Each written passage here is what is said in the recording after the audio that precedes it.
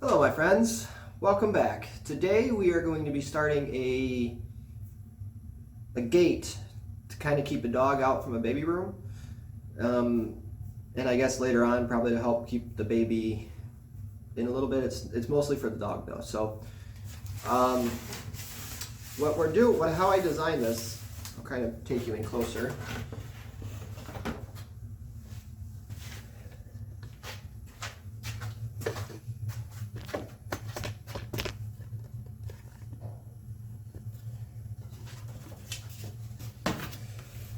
So this is it took a couple of tries, not very many, but enough, a couple of drawings. And this is the one that she ended up liking. And so when working with a client, you always make sure that you're building what they like. She did let me have pretty free reign, so that was great. So what I did was, first of all, I kind of drew out a couple sketches, and then when she came up with the design that she liked, I made a final drawing. Now this may not make a whole lot of sense to you guys, but what this is there's a gate that goes from here to here, and then we're going to have, because it's going into a door frame, I wanted to be able to screw into that door frame all the way along.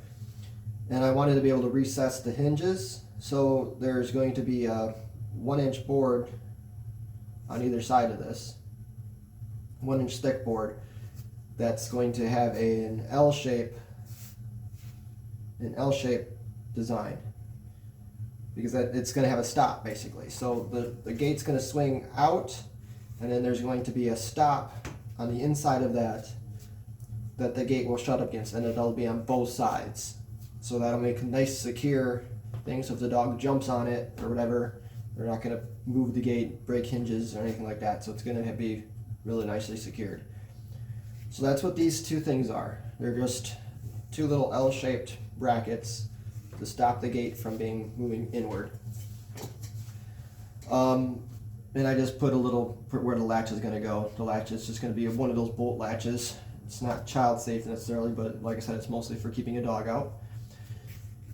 And so I thought a 3-inch, because all these little rails are going to be just under 2 inches. I'll tell you how I got them and these will be exactly 2 inches. So I'm kind of using the golden rule there, so it's 3. This is a 2, so I'm going to make this 3, so 3-to-2 ratio. So that decided that distance. And I thought I should make that whole border the same. So this here, since this is a 1-inch thick board, this is another 2 inches. So that makes, for visually, this thickness is 3 inches. Okay? And then I stepped it down because it's an inner part, so so that's how come it was stepped down to make the 2-inch this distance. And I was going to my goal was to keep each of these spaces 2 inches. According to, I don't know who, but the website I looked at, talking about baby gates, you want the distance to be no more than 3 inches, because you don't want heads to get stuck in it. So 2 inches I think is more than safe. It's not small enough for a hand to get stuck, but it's definitely, a head will never fit through that. So, so that made these 2 inches. And then I had how I figured out the distance over is this distance here was about, it took some playing around, but it ends up being the distance around between each of these spaces is 2 and, make sure I don't tell you wrong, 2 3/4. So I'm doing 2 3/4 between each of the styles here, and that gives this space just under 2 inches. It's 2 and 15/16, or 1 and 15/16. So it's just under 2 inches. Yeah, that's right. So from this drawing, I created a cut list. And each of these individual rings are exactly the same because this is exactly a square. It's a 30 by 30 square. And so anyways, when we move,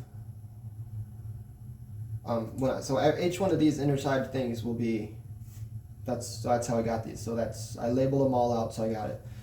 But I wasn't exactly sure. I wanted to make an exact copy because I'm going to be thicknessing all these boards, and I want everything to be the same.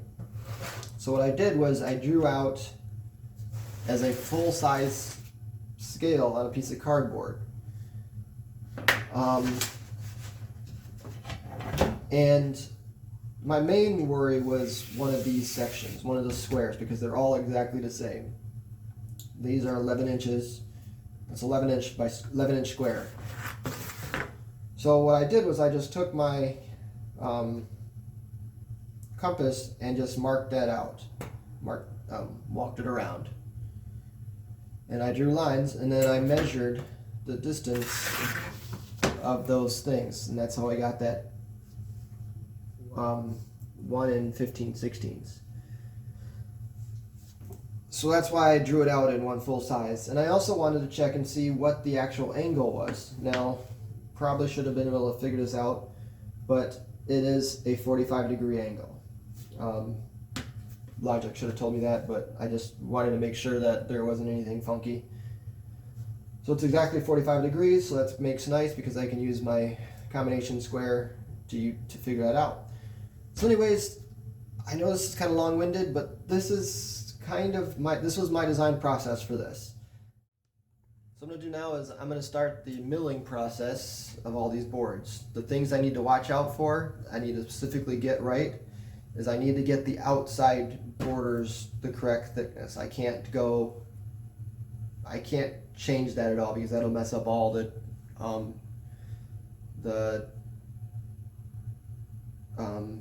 all my joinery. So I have to make sure I get the outside of this frame exactly the right thicknesses, because the thickness is what I need, because I need 11 by 11 square when I'm done. Otherwise it'll mess up everything. So I'm going to be very, very picky on that. The inside,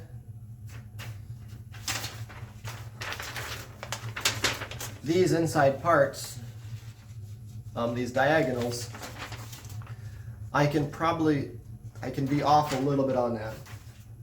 I'm going to still shoot for the exactly right amount, but if that's off a little bit, that's not going to matter because my mortises aren't going to be there. Oh, one other thing too, I decided, because this is going to be a nightmare to clamp up, I'm going to use a draw bore on each of the corner, each mortise, so I don't have to worry about clamps.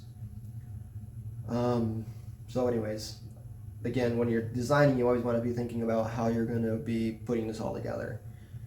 So I guess that's that. We will, I'll come back to you once I get the milling done, and then we'll start showing the cutting out of stuff. I think I'm going to do this video a little bit differently, more like my spice rack video. Editing is just, it's taking too much time. So I'm going to do it basically just a raw video. I think I'm just going to try to bring you along the whole way and explain things, maybe, sort of. But I'm mainly going to be focused on just getting this done, and I want to kind of shoot and see how long it takes. I'm going to use the videos kind of as that way too. So this is going to be a little bit of a different video. I know I keep changing things. I'm just kind of figure out my groove and for this. But anyways, thank you guys, and I hope you like this. It's kind of an interesting one for me. I've never done anything quite like this, sort of, but not quite. So it's kind of interesting to try something new. All right. Well, talk to you guys later. Have a good day. Bye.